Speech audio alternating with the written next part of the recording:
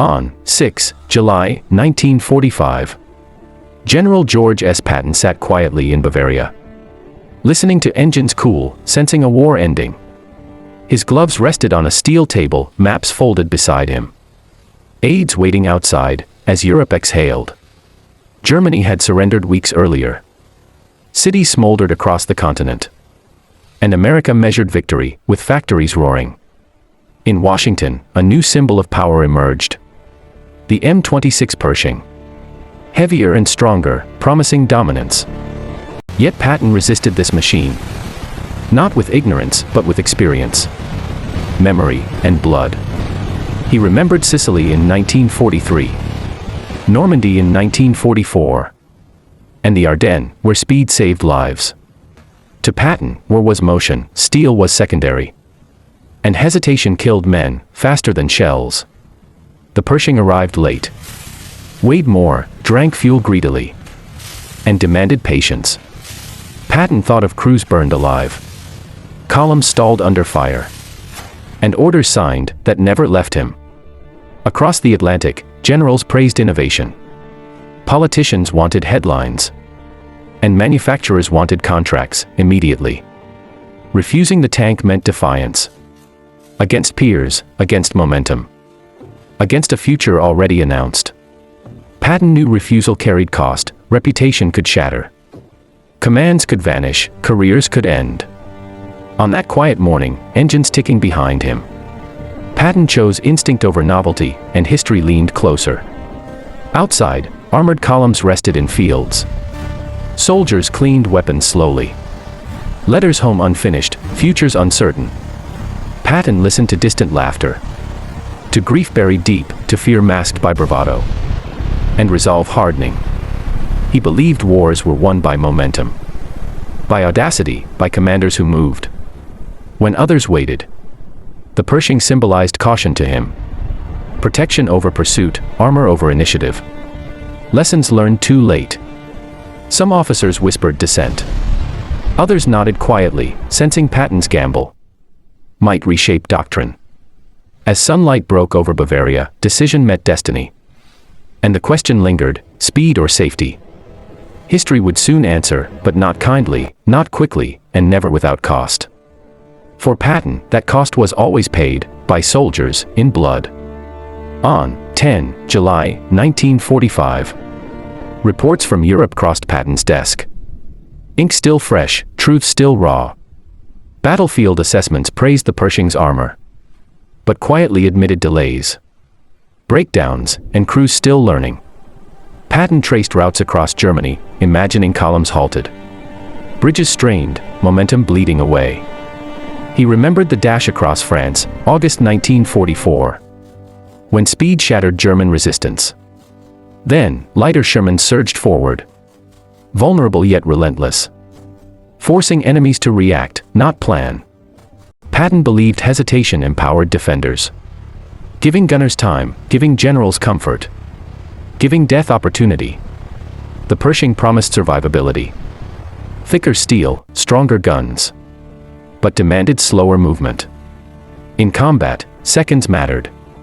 Minutes killed, and stalled armor invited artillery. At Metz, at Bastogne, at the Rhine, Patton had seen stalled units punished mercilessly. He distrusted late miracles, machines rushed from factories, baptized by politics, not fire.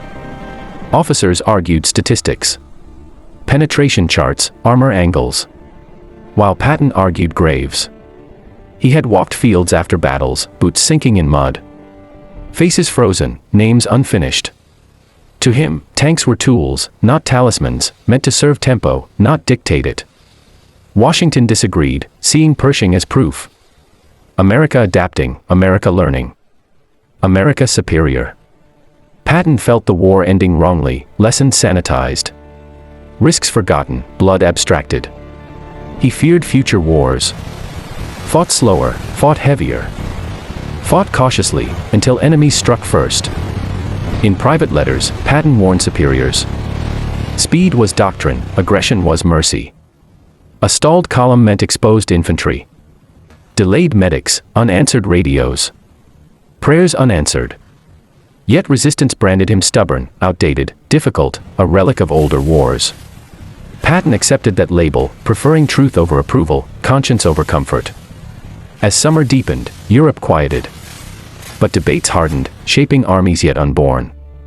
Patton's refusal was not about steel. It was about time, and lives spent within it. On 15 July 1945, Patton stood beside an armored crew near Regensburg, watching men sweat. The soldiers joked nervously, helmets tilted back, hands blackened by oil and cordite. Patton asked simple questions: fuel range, repair time, bridge limits. Answers came slowly. Every pause confirmed his fear. Complexity strangled initiative, weight punished momentum. He recalled North Africa, 1942, when engines failed. Yet speed still overwhelmed Axis lines. Back then, logistics chased Patton, not the other way around, and victories followed.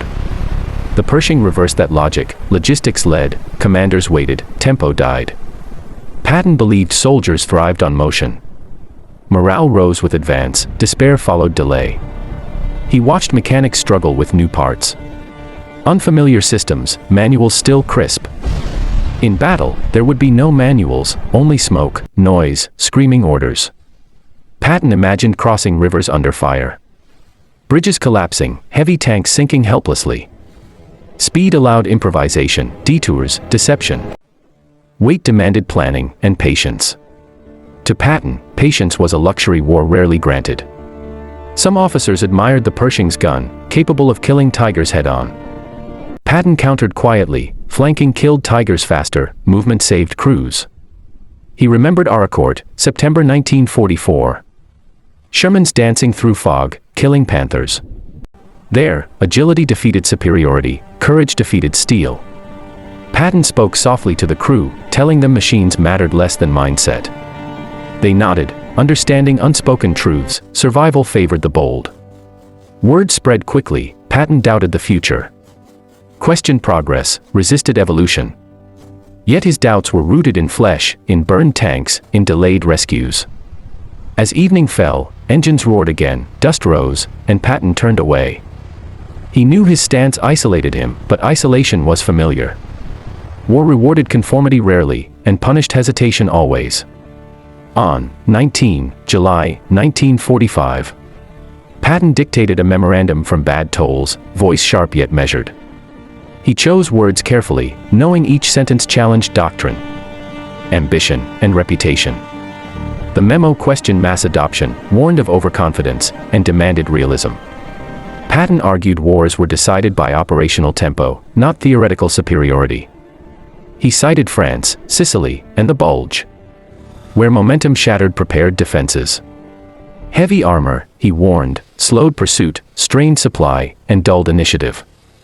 Staff officers bristled, sensing heresy, sensing careers threatened by dissent. The Pershing had champions, backed by data, politics, and post-war planning. America wanted symbols, tangible proof of adaptation, not uncomfortable debates. Patton understood this hunger. Victory demanded celebration, not introspection. Yet he believed ignoring hard lessons invited future catastrophe. He imagined Soviet armor someday, massed and fast, exploiting American hesitation. Against such enemies, Patton feared heaviness would fail. Decisiveness would matter. His memo emphasized crews, training, coordination, and leadership over steel thickness. Machines, he wrote, should enhance aggression, never replace it. The response was polite, noncommittal, filed without urgency. Silence followed, louder than rejection, sealing Patton's marginalization. Among peers, whispers spread. Patton was brilliant, but dangerous. Dangerous to consensus, dangerous to plans, dangerous to peace narratives. Patton sensed the shift. Invitations dwindled, influence receded. Yet he remained convinced. Speed saved lives, delay multiplied graves. As dusk settled over Bavaria, Patton reread his memo alone. He knew history often vindicated too late, long after consequences. That night, Patton slept poorly, haunted not by defeat, but by what lay ahead. On 23 July 1945, Patton walked the roads outside Munich. Boots crunching gravel softly. Civilians passed quietly, eyes lowered, rebuilding lives from rubble and memory. Patton studied the roads, imagining columns racing east or stalling under orders. The war had ended, but his mind remained in motion, searching futures. He reflected on command, how authority narrowed once politics entered strategy. The Pershing represented compromise, safety over speed, caution over audacity. Patton believed such compromises killed initiative long before bullets flew. He remembered the Red Ball Express.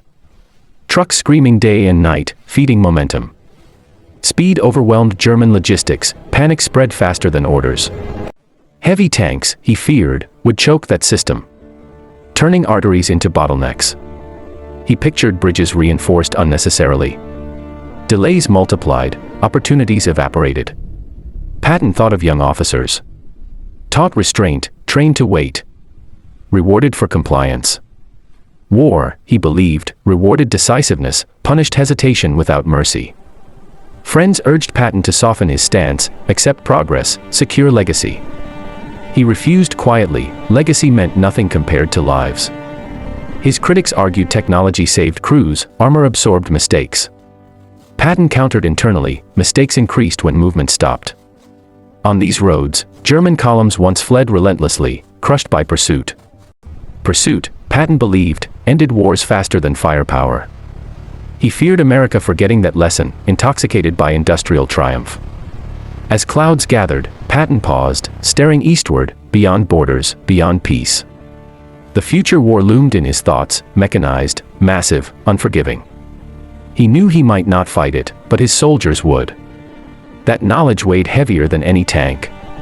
On 28 July 1945, Patton visited an artillery training ground near Nuremberg. Dust rising from every blast. He observed shells streaking across sky. Explosions rattling earth, soldiers bracing against shock waves. Each detonation reminded him of timing, of distance, of motion dictating survival. He imagined Pershing tanks advancing. Slower, engines straining. Crews exposed longer under fire. Patton remembered Koblenz, when Shermans darted through smoke. Exploiting gaps, saving infantry. Speed created options, weight removed them. Leaving commanders to improvise under threat.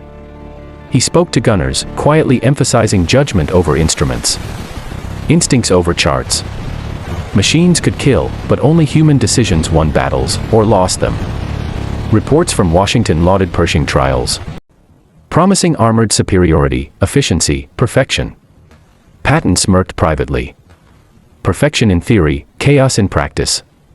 A familiar contradiction. He recalled Ardennes, snow and mud swallowing mechanized columns. Ingenuity prevailing over specification. The Pershing, he mused, might dominate in labs, parades, and calculations. But not in war's unpredictability. Officers around him nodded, uncertain. Sensing the friction between doctrine and reality. Patton walked among them, boots caked. Hands stained, eyes sharp. Teaching lessons learned painfully. Speed, initiative, boldness, these were lifelines. Armor merely a shield for mistakes, not a substitute. He imagined future conflicts, faster, deadlier. Mechanized beyond imagination. Where hesitation invited annihilation. Patton wrote notes, sketched movements. Compared engines, weighed fuel. Imagined every scenario. He feared America's love for bigger, slower. Better might dull the edge that won Europe. At twilight, artillery quieted. Men returned to barracks. And Patton lingered, restless. Calculating, alert. History, he understood. Judged results, never reasoning. And mistakes were forever. On 1 August 1945, Patton attended a senior briefing in Heidelberg. Faces tense, smiles rehearsed. Charts lined the walls, arrows neat, futures drawn confidently in colored ink. The Pershing dominated the discussion, praised as evolution, as inevitability, as proof of learning. Patton listened silently. Fingers drumming, patience thinning. Instincts bristling. When asked, he spoke calmly. Choosing clarity over comfort, conviction over consensus. He warned that war punished predictability, rewarded speed, and devoured hesitation. Heavy tanks, he said, invited static thinking, slower advances, rigid planning. The room cooled, senior officers exchanged glances, sensing disruption. One general countered, armor saved crews, frontal superiority reduced losses. Patton replied softly, losses increased when battles lasted longer. He reminded them of Falaise, when pursuit annihilated retreating armies. Had tanks paused then, he argued, the enemy would have escaped. Silence followed, heavy as steel, words hanging unanswered. Patton knew he had crossed invisible lines, challenging future doctrine publicly. Afterward, aides advised caution, reputation mattered, wars were ending. Patton nodded politely, unconvinced, truth mattered more than harmony. Outside, Heidelberg rested peacefully. Bridges intact, civilians strolling unaware. Patton stared at the river, imagining armored columns hesitating at crossings. Delay, he believed, was the enemy's greatest ally. He sensed his influence fading, doctrine shifting beyond his reach. Yet he remained resolute, speed had won wars before, and would again. As evening descended, Patton departed quietly, his warnings echoing unanswered. History moved forward, indifferent, carrying consequences patiently. On 6 August 1945, news of Hiroshima reached Patton in Germany. Silence swallowing conversation instantly. A single bomb had erased a city, power redefined, war transformed overnight. Patton read the report twice, expression tightening, mind racing beyond celebration. Technology had leapt forward again, faster than doctrine, faster than wisdom. He saw the Pershing debate differently now, part of a larger pattern. America trusted machines increasingly, believing superiority guaranteed control. Patton feared reliance replacing judgment, caution replacing initiative. If wars became technological contests alone, soldiers risked becoming operators, not warriors. He thought of future commanders, trained to wait for systems, approvals, perfection. War, he believed, punished waiting mercilessly, regardless of invention. The atomic bomb ended one conflict, but guaranteed another, inevitable and brutal. Against future enemies, speed of decision would matter more than armor thickness. Patton imagined armored formations stalled, while enemies struck with overwhelming force. The lesson of Hiroshima unsettled him. Progress without restraint carried terrible cost. He respected innovation, but distrusted worship of it. The Pershing symbolized that worship, confidence placed in steel, not maneuver. Patton wrote privately, warning that technology must serve aggression, never replace it. He doubted his warnings would be heeded, peace dulled urgency. Celebrations erupted elsewhere. Victory declared absolute, lessons quietly buried. Patton remained uneasy, sensing the next war already forming in shadows. That night, he slept little, visions of fire, steel, and hesitation colliding. History, he knew, would judge choices made in peace harshly. For Patton, refusal was not resistance to change, but loyalty to war's brutal truth. On 21 December 1945, Patton rode in a staff car near Mannheim, winter light fading fast. The war was over, celebrations distant. Debates unresolved, futures quietly set. Patton felt time pressing harder than any enemy, lessons slipping away. His refusal of the Pershing was now footnote. Misinterpreted, simplified, dismissed. Many called him stubborn, outdated, unable to embrace progress. Few understood his reasoning, rooted in mud, fire, screams, and speed. Patton believed machines never won wars alone, men moving boldly did. The Pershing would serve America, but not as he feared, not decisively. Doctrine shifted slowly, blending weight with mobility, caution with aggression. History softened Patton's warning, but never erased it. Future conflicts proved him partially right. Speed still shattered enemies, hesitation still killed. Yet technology grew dominant, commanders increasingly reliant on systems. Patton's legacy remained uncomfortable. Admired, debated, rarely followed fully. As the car moved, Patton stared ahead, silent, thoughtful, burdened. He knew truth often arrived too late, carried by coffins and regret. The real reason he refused America's best tank was never steel. It was time, momentum, and the human cost of delay. Patton chose movement over metal, lives over machines, instinct over invention. History remembered the tank, but forgot the warning. And in that forgetting, Patton's final battle was lost. On 21 December 1945, Patton rode in a staff car near Mannheim, winter light fading fast. The war was over, celebrations distant. Debates unresolved, futures quietly set. Patton felt time pressing harder than any enemy, lessons slipping away. His refusal of the Pershing was now footnote. Misinterpreted, simplified, dismissed. Many called him stubborn, outdated, unable to embrace progress. Few understood his reasoning, rooted in mud, fire, screams, and speed. Patton believed machines never won wars alone, men moving boldly did. The Pershing would serve America, but not as he feared, not decisively. Doctrine shifted slowly, blending weight with mobility, caution with aggression. History softened Patton's warning, but never erased it. Future conflicts proved him partially right. Speed still shattered enemies, hesitation still killed. Yet technology grew dominant, commanders increasingly reliant on systems. Patton's legacy remained uncomfortable. Admired, debated, rarely followed fully. As the car moved, Patton stared ahead, silent, thoughtful, burdened. He knew truth often arrived too late, carried by coffins and regret. The real reason he refused America's best tank was never steel. It was time, momentum, and the human cost of delay. Patton chose movement over metal, lives over machines, instinct over invention. History remembered the tank, but forgot the warning. And in that forgetting, Patton's final battle was lost.